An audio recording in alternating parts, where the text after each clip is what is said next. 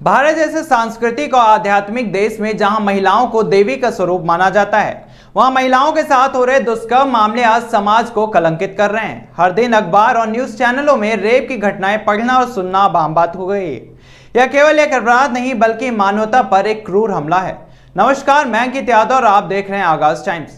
इंदिरा नगर में 4 वर्षीय बच्ची से बैड टच का मामला भी ठंडा ही नहीं हो पाया था कि हजरतगंज थाना क्षेत्र में सोमवार की रात 13 वर्षीय अनुसूचित जाति की दिव्यांग बच्ची से 3 युवकों ने सामूहिक दुष्कर्म किया है। यह घटना इतनी भयावह है कि सोचकर ही रूह कांप जाती है कि देश में छोटी छोटी बच्चियां भी अब सुरक्षित नहीं हैं। जिसके बाद पीड़ित की बहन ने मंगलवार सुबह उसे घायल अवस्था में देखा तो पूछताछ की तो बच्ची ने अपनी सारी घटना बयां कर दी है।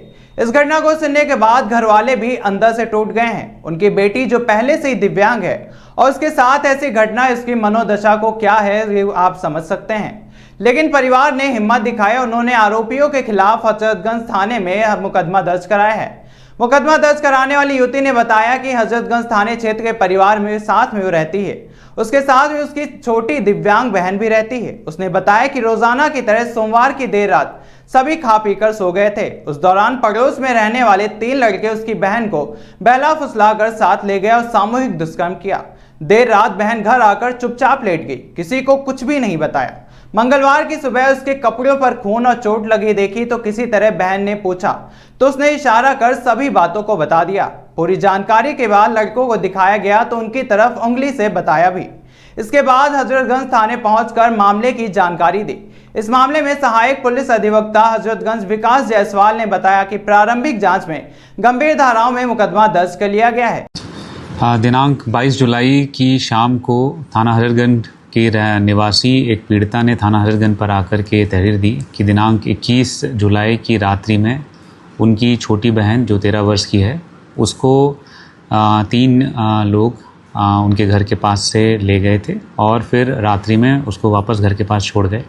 जब उनकी बहन वापस आई तो उसने बताया कि तीनों युवकों के द्वारा उनकी बहन के साथ में गलत कार्य किया गया है। पीड़िता वादिनी की दी गई तहरीर के आधार पर तत्काल थाना हजरतगंज पर अभियोग पंजीकृत कर लिया गया। चूँकि वादिनी अनुसूचित जाति की सदस्य है, अतः इस अभियोग में SC/ST एक्ट बढ़ा और इसकी विवेचना ACP हजरतगंज के द्वारा की जा रही है।